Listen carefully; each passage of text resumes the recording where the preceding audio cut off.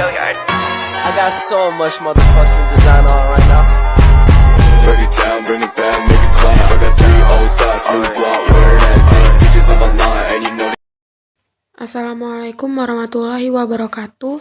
Saya Uli Tiara Anjani, NPM 2021010129. Di sini saya akan menyampaikan materi tentang sumber hukum Islam. Yang pertama yaitu Al-Quran. Al-Quran berkedudukan sebagai sumber pertama dan utama dalam hukum Islam.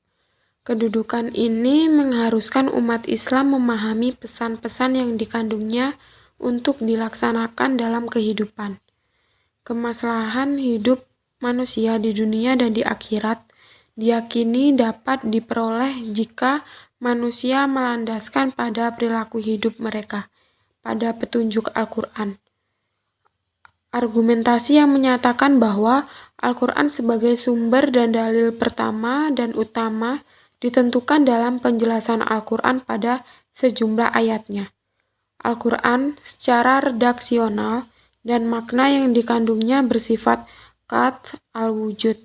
Maksudnya adalah lafaz Al-Quran dan pesan yang dikandungnya terjamin keautentikan dan otoritas kebenarannya.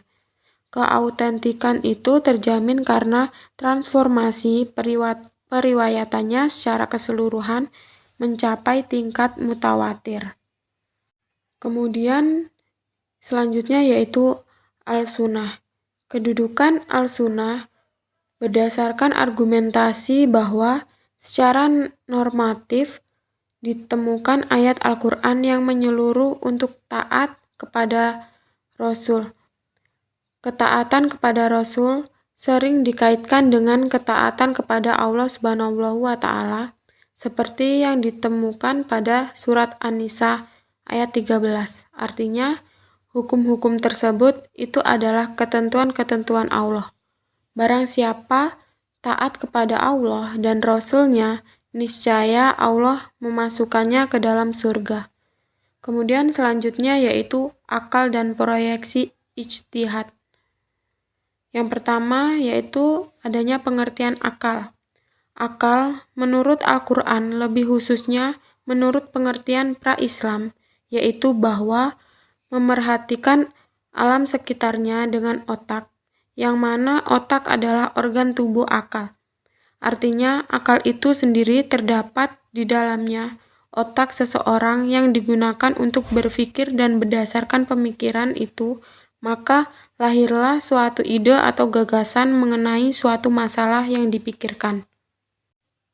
Berdasarkan perspektif Islam, peran akan dibagi menjadi 2 bagian, yaitu yang pertama, memahami nilai-nilai ajaran agama. Apabila ada doktrin yang kurang jelas, akal akan merumuskan pelaksanaannya. Kemudian yang kedua yaitu akal bertugas memilih dan menyeleksi doktrin agama. Terkadang ada doktrin agama yang temporer atau madaniyah dan doktrin agama yang selalu kontemporer yaitu makiyah.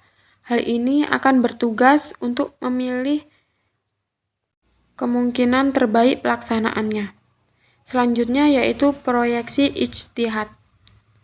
Ijtihad menurut bahasa berarti usaha yang keras dan bersungguh-sungguh, sedangkan menurut istilah, ijtihad adalah berusaha menetapkan hukum terhadap masalah yang belum ada ketetapan hukumnya dalam Al-Quran dan hadis, yang dilakukan dengan secara cermat dan pemikiran yang murni serta berpedoman pada aturan penetapan hukum yang benar. Ijtihad menjadi sumber hukum Islam yang ketiga. Boleh dilakukan oleh siapa saja yang memiliki persyaratan minimal, yaitu memahami mafhum ayat atau hadis, menguasai ilmu alat seperti nahwu shorof, mengetahui latar belakang seluruh ayat, luas pemahamannya terhadap pengetahuan Islam, memiliki loyalitas yang tinggi terhadap agama dan lainnya. Ijtihad diterapkan dengan berbagai cara, antara lain yaitu ada ijma dan qiyas. Ijma adalah kesepakatan para mujtahid pada masa setelah Rasulullah wafat terhadap suatu masalah. Sedangkan qiyas itu sendiri yaitu menetapkan hukum dengan cara menghubungkan suatu perkara yang sudah ada ketetapan hukumnya terhadap masalah lain yang dihadapi dan belum ada ketetapan hukumnya, sedangkan antara keduanya sama-sama memiliki sebab yang bisa disepadankan. Demikian itu saja yang dapat saya sampaikan. Kurang dan lebihnya saya mohon maaf. Terima kasih. Wassalamualaikum warahmatullahi wabarakatuh. I fucking with these hoes up.